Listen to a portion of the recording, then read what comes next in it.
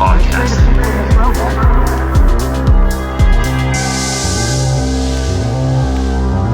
What is the creative underground?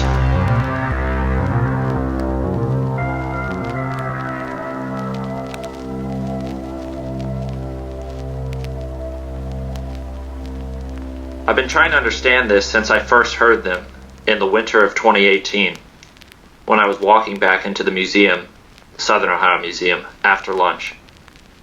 It was raining, coffee in hand, and inspiration struck me on the head like someone had aimed it at me from across the street. I knew immediately that they were watching. Listen, what I knew in that moment is that there were things out there, entities of good and evil, beyond me, hidden from me, that care, that actually care, whether or not I make my art. Since that revelatory post-lunch moment, I've tried to make contact. And after 3 years, this is what I know about the creative underground. On 3 separate levels, from simplest to most complex. Level 1.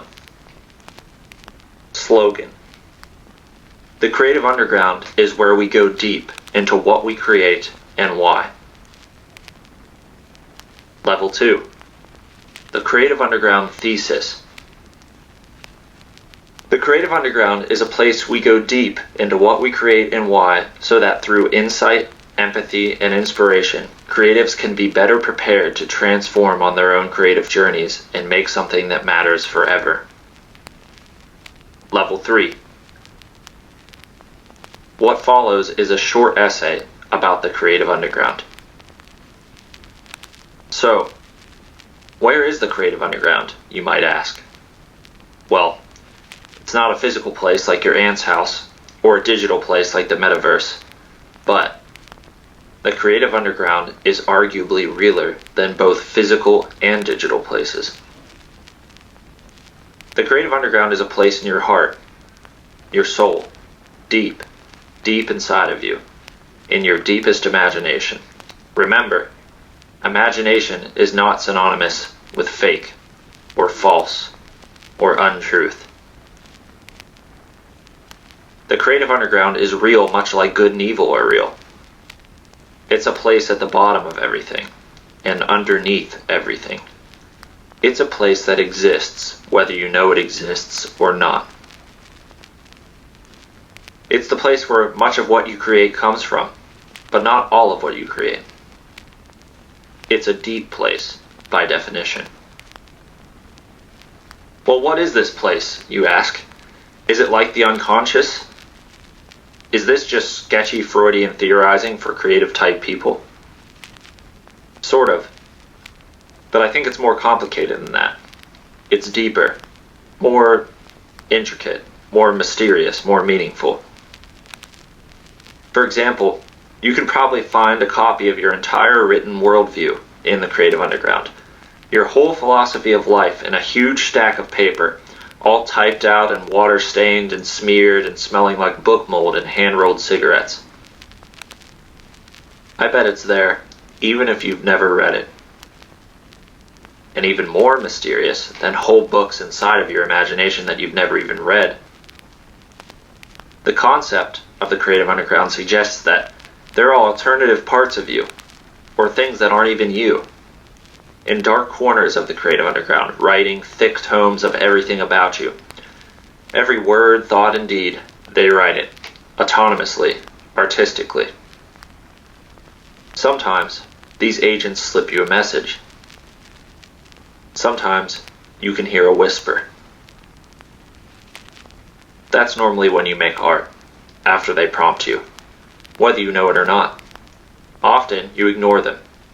More often than you'd like to admit, I bet. They don't like that.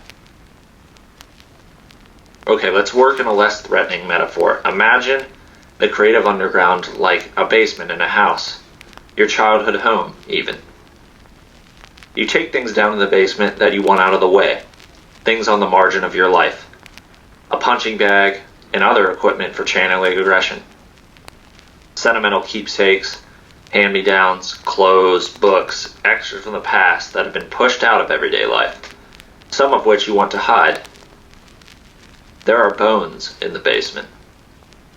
In my basement, I have a bunch of old art, days and weeks and years worth of it, stacked up against the wall.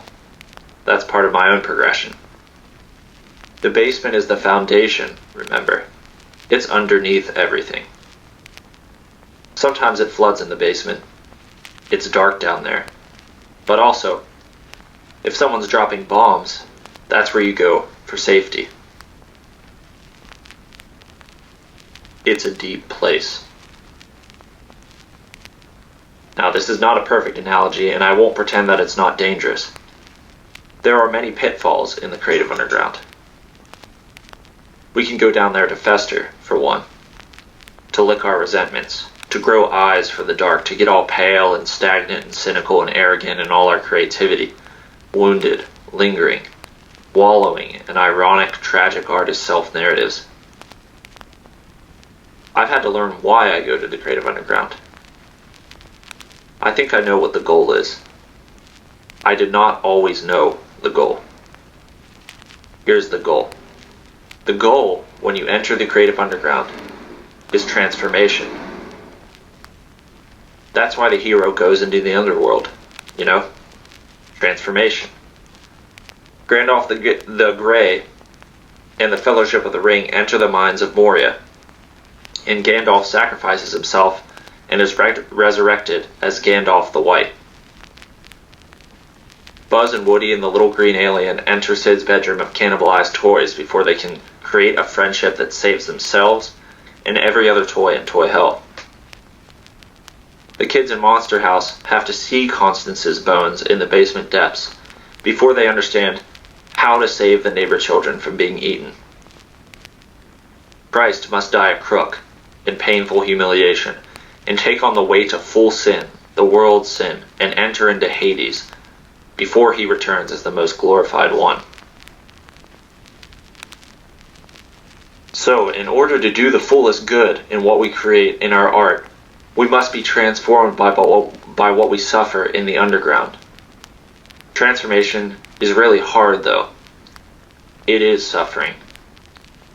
So how do we expect to survive? But alas, we don't have to go alone. Okay, sometimes we have to go alone. All alone.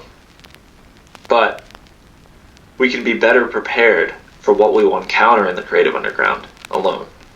That's what we're doing here on this podcast. We're preparing together for the trials and tribulations of the transformation process.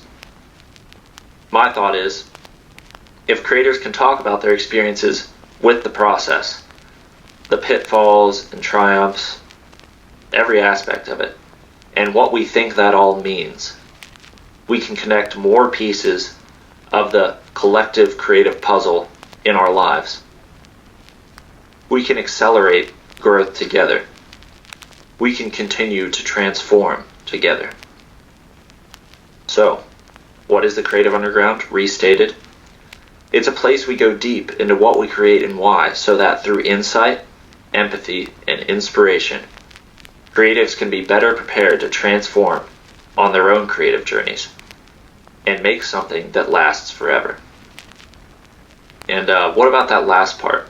Something that lasts forever? But nothing lasts forever. Well, most practically, you would probably agree we transform as people to make our lives and other lives better.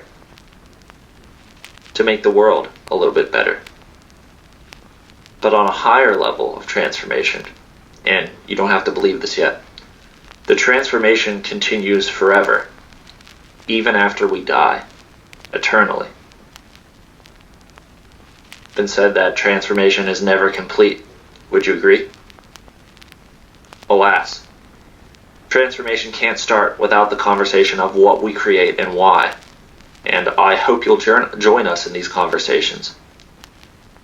My own excitement is too much. So many people to talk to. I must refrain from jamming everyone together in a room at one time. That just wouldn't be very productive, but it might be cool as a concept. Really though, I want to talk to people that make things. This is a pretty broad goal. I mean, creativity is an axiom after all, and we do it when we go into the world and generate something. I hope we'll all transform into better creatives together, in a way that really matters, for a really, really long time. I'm Nick Sherman, and this has been episode 1 of the Creative Underground podcast. Talk to you soon.